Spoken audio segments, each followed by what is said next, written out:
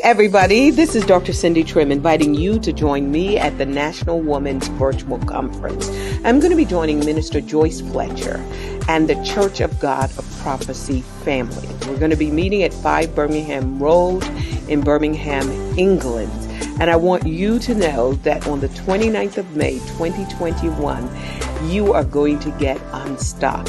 The theme this year is redigging the wells for the flow of the Holy Spirit, and I'm decreeing and declaring any area of stagnation is going to be unstuck. So get ready for your favor to flow, opportunities to flow, ideas to flow, wisdom to flow, healing to flow, your money to flow, the anointing to flow.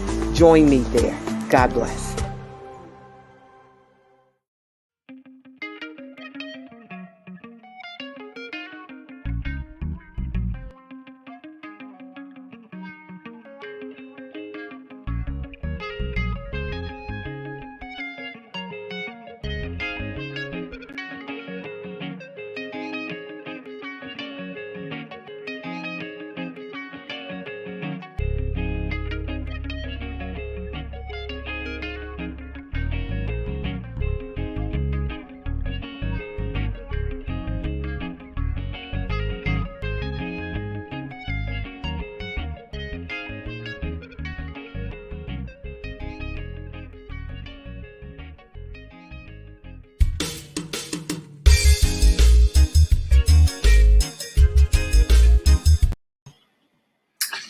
Hi everybody, welcome to Behind the Music. Thank you all those that have tuned in on YouTube, GX radio platform, and also Facebook. Well, I'm happy to be here. My name's Clive. For those of you who are tuning in for the first time, thank you for tuning in.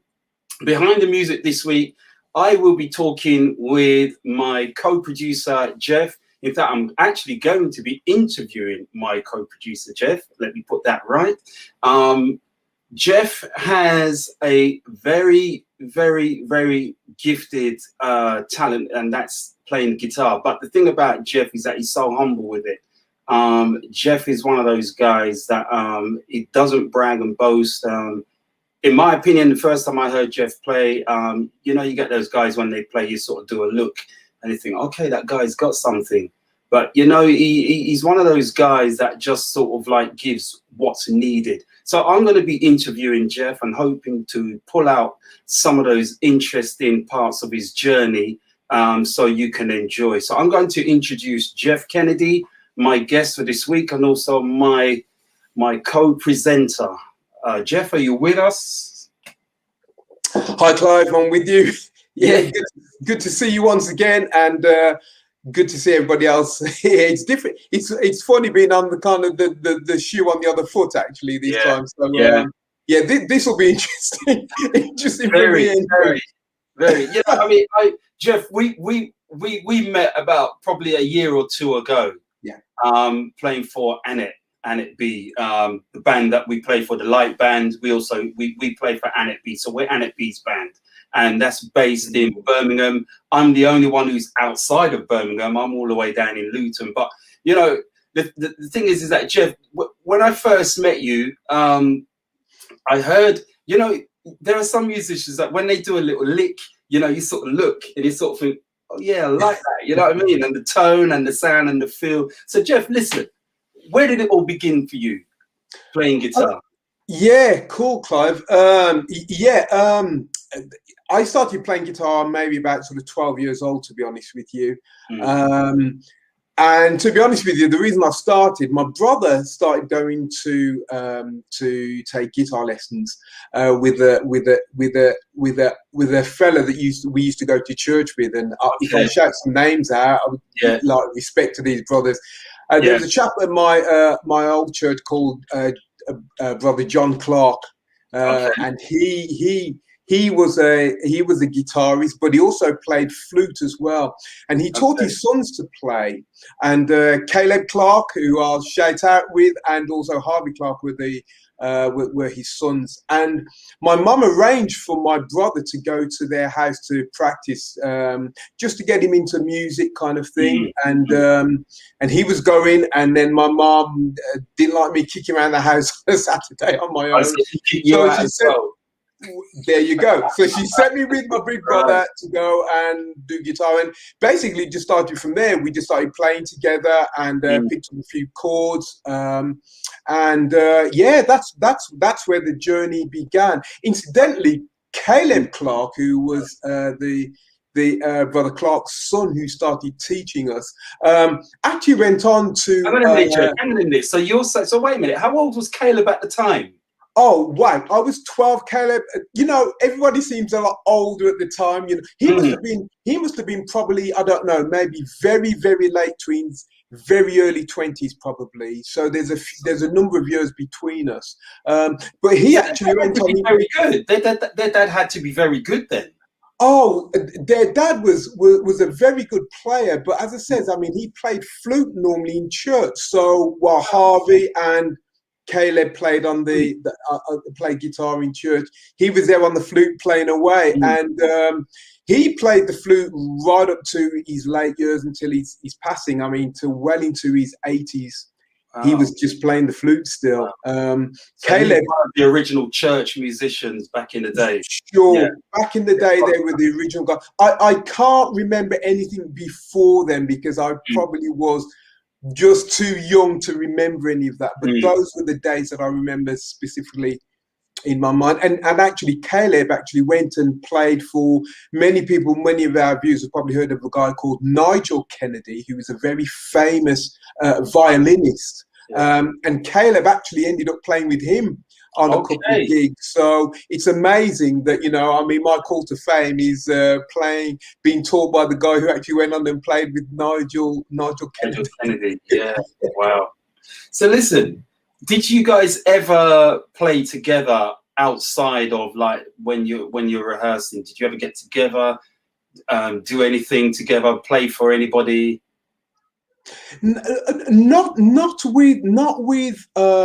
with Caleb or Dolphus, as he was well known, and Harvey, because we were kind of like the same age group. They were like in their very late teens, you know, when I was a young one. So as you can appreciate, Clive, you know, sort of 10 years between people in their 40s is not that much difference. But when you're in your teen, 10 years is a massive difference. So they had their own friends and were doing their own thing. In fact, I started playing in church a little bit, trying to break into the circle at church, you know, and I give a big shout out to Berris Dawkins, who a lot of people probably know. Berris played in church as well, and his brother as well. And then I was just trying to sort of break into that church circle. So, you know, like you pull a few chords together, you're going to make sure they're right, you know what I mean? And they'll give you a chance during testimony service to play one chorus, and then that's it for the day, you know? And it was that kind of thing, just kind of like breaking into that. And I'll be honest with you, I mean, the guys were very, very kind of receptive. So we didn't play out much. But the first band I played in at church was a band, and this is after I'd played a little while and was getting a bit more confident. We formed a band together, and it was called the Israelites. And and it was very much a kind of that Israelite name, I think, came from kind of almost like kind of reggae heritage, I think. Really. But Norma Forbes, who very much hosts on GX Radio, was her sisters were part of that band, Pearl Forbes and Maureen Forbes. So, and they were a very massive influence. They were absolutely fantastic singers. So was it like a gospel reggae band, or was it just a general? Yeah, it was reggae influenced. To be honest with you, I don't remember too much of the kind of music we were doing, but we did have some reggae numbers that we were doing. But again, that was one of the very first songs that I wrote was actually for that band, actually, and it was kind of I don't know, maybe kind of just a kind of a mellow soul-y kind of thing. So, but we just used our talent for the Lord, to be honest with you. We played out quite a bit, just doing things around. So that was like my very first experience playing in a band. Actually. The only reason why I ask is because my early youth that I can remember growing up in Kojic and going to Birmingham to any meetings, conventions or rallies or whatever programs or whatever. Gosh, that's going back programs. So my thing is that every time we went to Birmingham, okay, we knew we were going to hear reggae for some reason. That everybody, every time we went, we just knew. Every time we went to Birmingham, you knew you were going to hear a lot of reggae playing in church. My days, man, there was one church in Handworth, even the benediction. Listen, man. Even, you know what I mean? It's like, well, I was skanking after church outside, you know what I mean? Skanking our way out, because it's like, even the benediction. And I'm thinking, my gosh, every opportunity given, there was, you know what I mean? I'm thinking, how do you do a one drop on the benediction? But yeah, this is why I asked, because I see it then dawned on me that, you know, reggae was a big influence up on people on the West Indian community and the church up in Birmingham. Yeah, bands like Pulse and things like you get what I mean? Yeah, definitely. You know, interestingly, I mean, reggae was kind of like frowned upon in our church. I remember when we were playing and you dropped a bit of reggae. I mean, it was okay if everybody's in the spirit, but boy, if they're not in the spirit and you play reggae, man, it's the wrong thing to do, man. It's the wrong thing to do. So, but I was so we did have reggae influences in our church, particularly at the time, you know, sort of in the 70s and 80s. I mean, a lot of the young guys were like kind of finding themselves and kind of affiliating very much with, you know, with the culture, with the Rastafarianism, you know, that kind of thing. And so there was that kind of influence. But most of my kind of influences, I remember things like, and this I must admit, this is very much influenced by the guys that were around me, like Berris and those guys. So they were playing like kind of a lot of Earth, Wind and Fire tunes in their spare time, Maze, you know, and that kind of stuff. So it was very kind of soully. So a lot of my kind of influence was actually kind of a soul kind of background, I guess. Although, listen, reggae was still there, but it was very much kind of the soul and that kind of thing. And you know, I kind of grew up in the era where, you know, Michael Jackson was very big and that kind of stuff. So, you know, that was very much the influence that I had. So tell me about the Jules the band, and what was the influence there? Jules the band was, oh my gosh, Jules the band was a tremendous time in my life musically.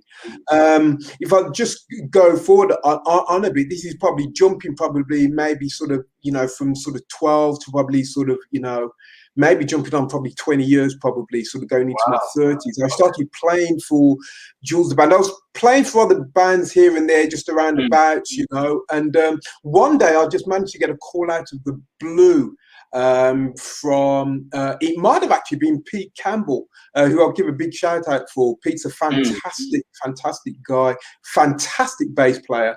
And Pete called me just to come and just, I think, jam with them for a little bit, because I think their main guitarist, I think, was busy doing something else. So I came along, and straight away the band was just like fantastic. We had three female vocalists, and probably about 4 musicians, to be honest with you, maybe 5 musicians with very, very heavily keyboard influence. Some phenomenal keyboard players. So was it like a 2 keyboard band setup type of thing, or was it? Sorry, say that again. Sorry. So was it like 1 keyboard player, 2 keyboards players type of thing? Yeah, to be honest with you, at one time there was probably 3 keyboard players actually playing occasionally in that band, and then myself as a guitarist, a bassist, and then Leon Small, the drummer, Nick Campbell was the keyboard player, and then we had Glenn Easy when I was there. He was keyboard, so it was very, very keyboard influence. But it was a really big sound, and it was just a fantastic time instrumentally. And playing with Jules was just like, you know, God really knew what he was doing at that time. That was both a time of, for me, very, very instrumentally, it was great time for instrumental and musical growth, but also one that I guess kind of consolidated my, you know, my faith as well. Yeah. All of the songs that we sung, all of the songs that we performed, never ever covers. We never did covers. If we did, they were a revamped cover of something. All of the songs we did were all written by the girls in the band. And I still refer to them as the girls. I'm really sorry, you know, and I don't wish to. Yeah.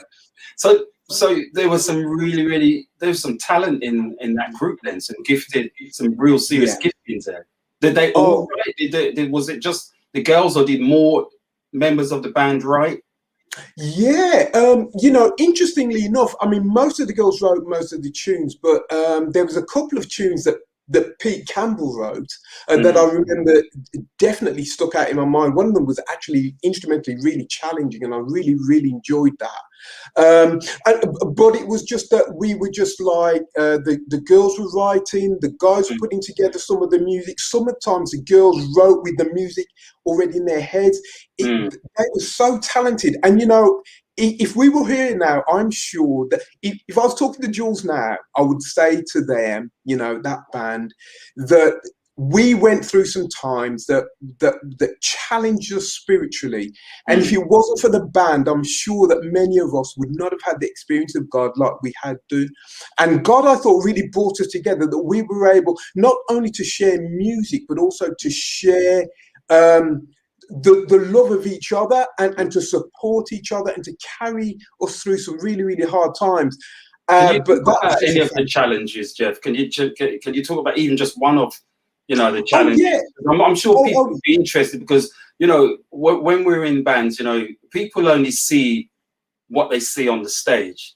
They don't see, sometimes there can be breakdown of communication, sometimes there can be friction, and then healing has to take place and discussion. You know what I mean? So they don't see all that thing. I mean, even though if you use common sense, it's people, and you know, people are people.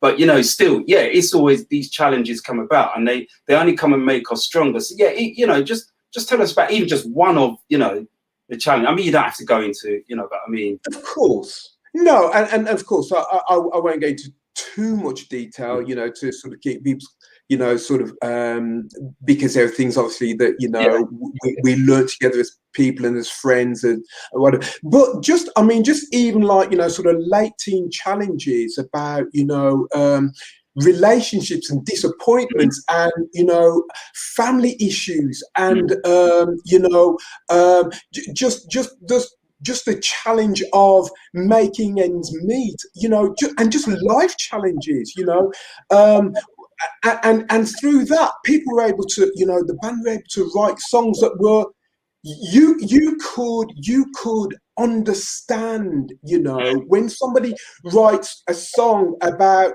you know, how what God really means to them, and carrying them through, and that He is basically the, you know, they're all in all, if you like, you know, you understand because you've been in the situations with them, and you see born out of the experiences.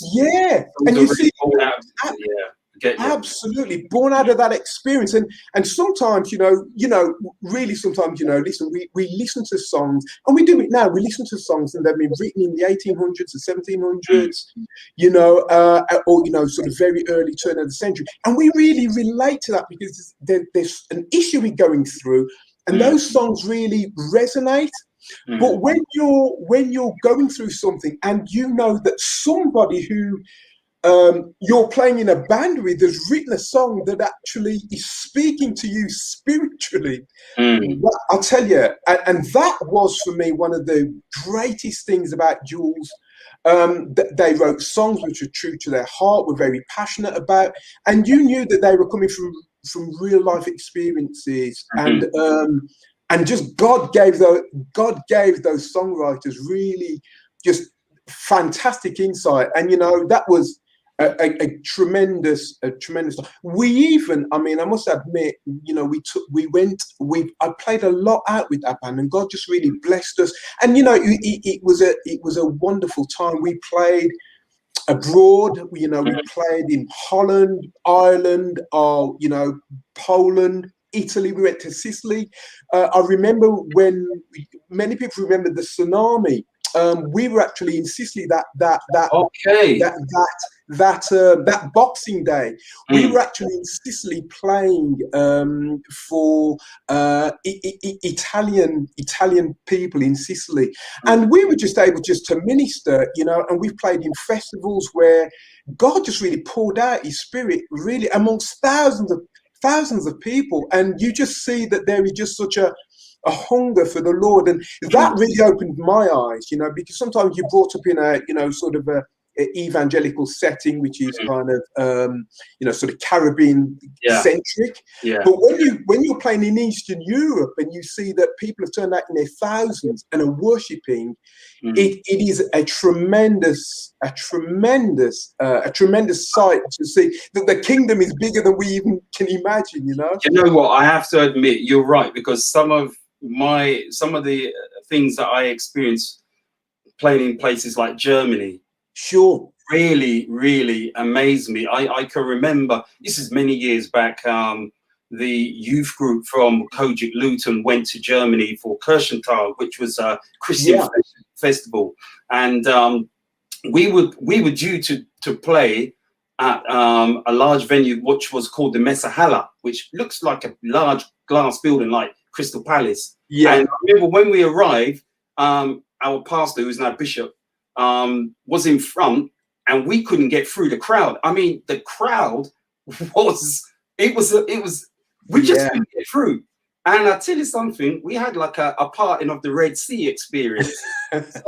So Bishop suggested we sing this chorus. I think it was I'm on my way up, gonna hold my head up, going on with the Lord. And he held his umbrella up.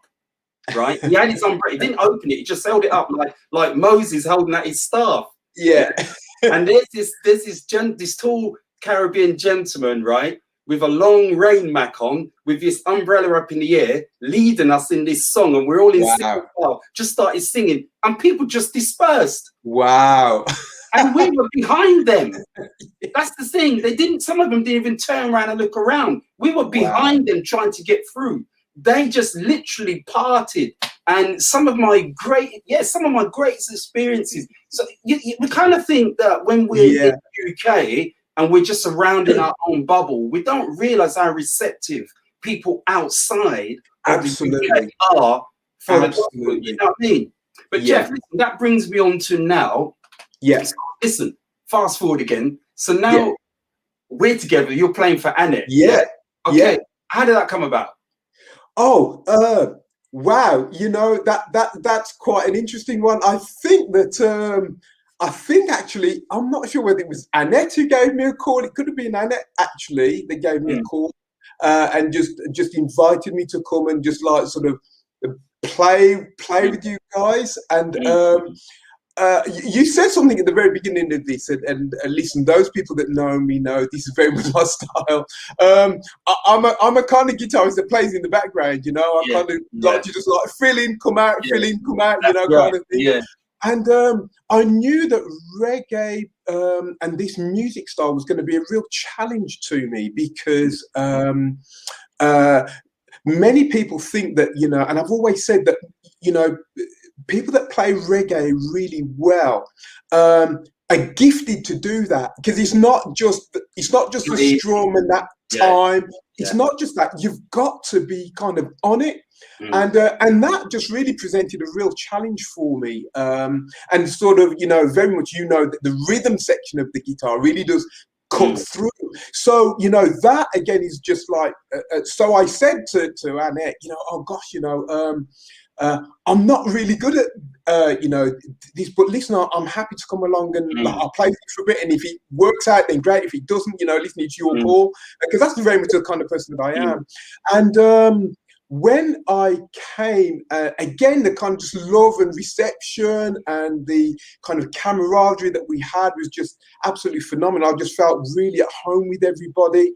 The vocalists I'd never met before, many of them. I knew obviously one or two, but again, that kind of togetherness and kind of fellowship is really tremendous. And again, I'm just so pleased to be in this group. Again, the reason I tell you why, because there is not just a fellowship, but there is a real vision for reaching out with our talent to reach people out there. And you know, that is just such a fantastic feeling, because when you're playing for the Lord, I think Patrick shared this last time, and hopefully he'll be sharing with us again. Is that musical instrument? I think you used it as well, Clive. That is a weapon, not to destruct, but it's a tool to actually defeat the enemy and to break through for Christ. And very much in this band, I think that's what we do. We're breaking through with our music for Christ and just touching people's hearts, and that is really, for me, you know, what it's all about. That's where it's at, because that's our ministry, you know. Yeah, I mean, like you said, you know, the thing about reggae, I guess as a guitarist, it's developing that feel, the action. The way you engage with the fretboard is important. You know, you're right. It's not just a matter of just a strum or a chop, or in the case of the keyboards. I can remember coming across, I think it was, I was in Birmingham, and I think I was playing for Lighty. There was an issue with a keyboardist, and the problem was the stab. So I said, well, no, first of all, you got the wrong name. It's called a bang. And I said, you can do this. The problem is that you got to remember you're driving the rhythm. Yeah. So the skill is hitting all 3 or 4 notes, whichever harmony you're holding, all at the same time, all with the same dexterity and with the same pressure. Yeah. That's the skill. There's a drummer that I play with, Johnny Everett Knight, and when he's on the drums, no, he calls the kick, calls it the pulse. Okay.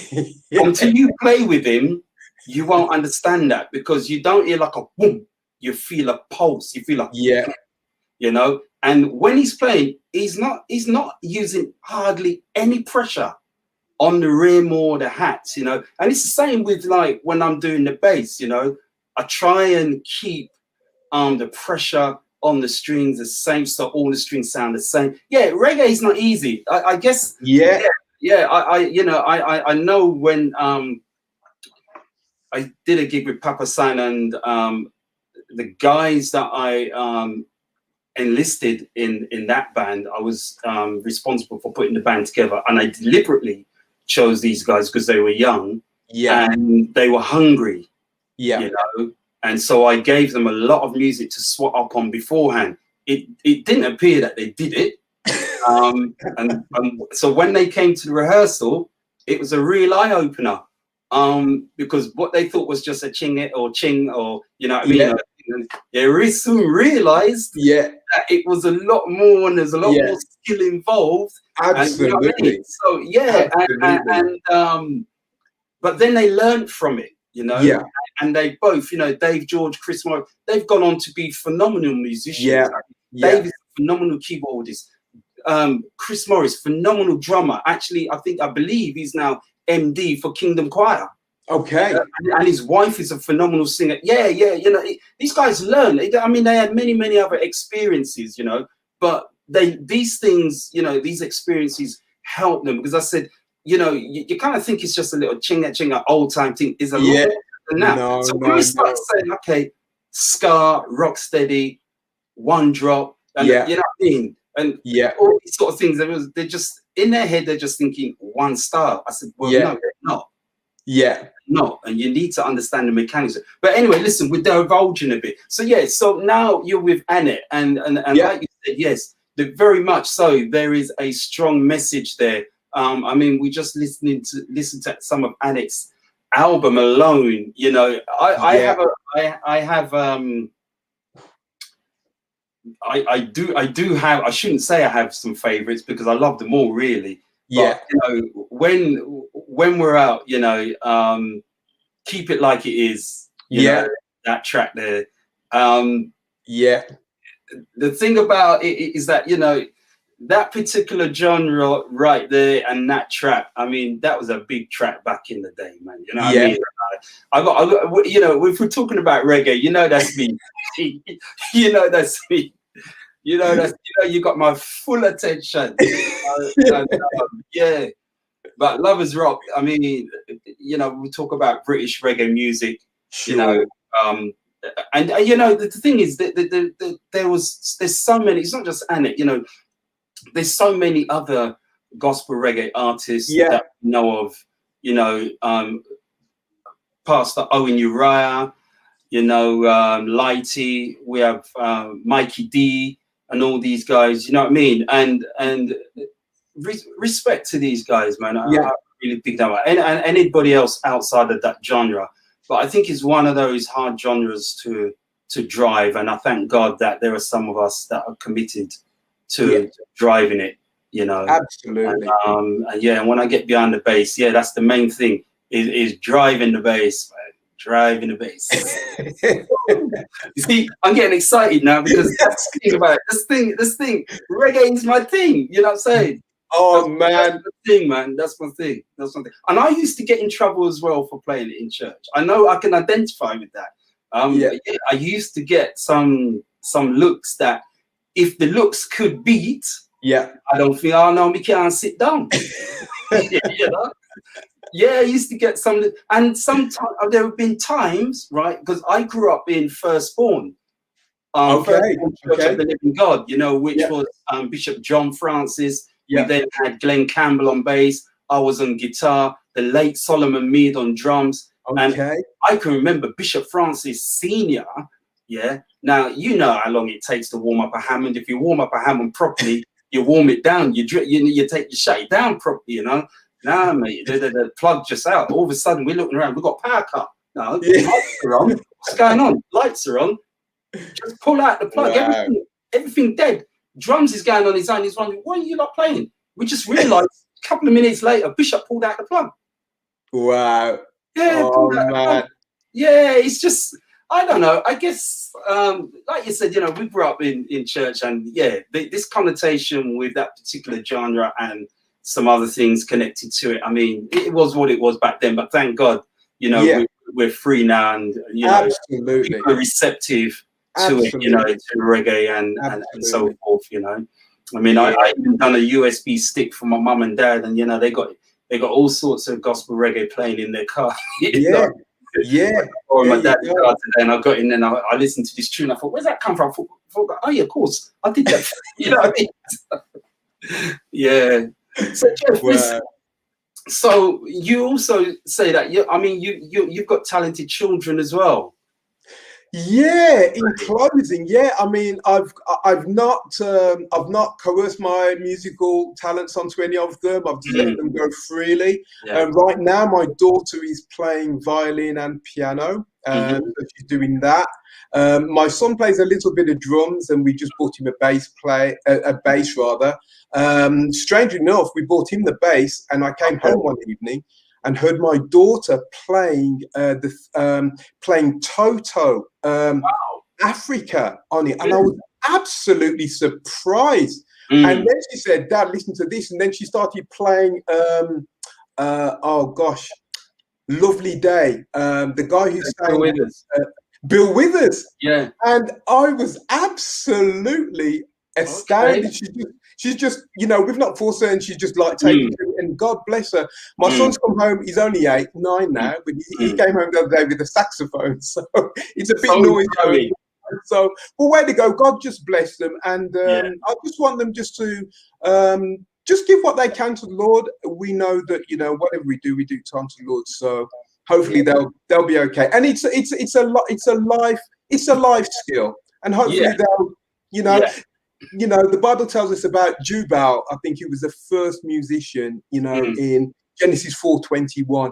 And he says that he was the first that taught, he was the first of all harp and stringed instrument players. And so, you know, what I'm saying is whatever we do, we just do it to the Lord, and the Lord will just bless us with him. God bless, man. Listen, everybody, we thank you for tuning in. Next week, we will have another guest with us. And we hope you will tune in and come back and be with us. We thank you for joining. Please be safe. Just show love and care for one another. And please be safe this week. God bless you. Geoff. God bless you, man. Thank you. God bless you. Bye, everybody.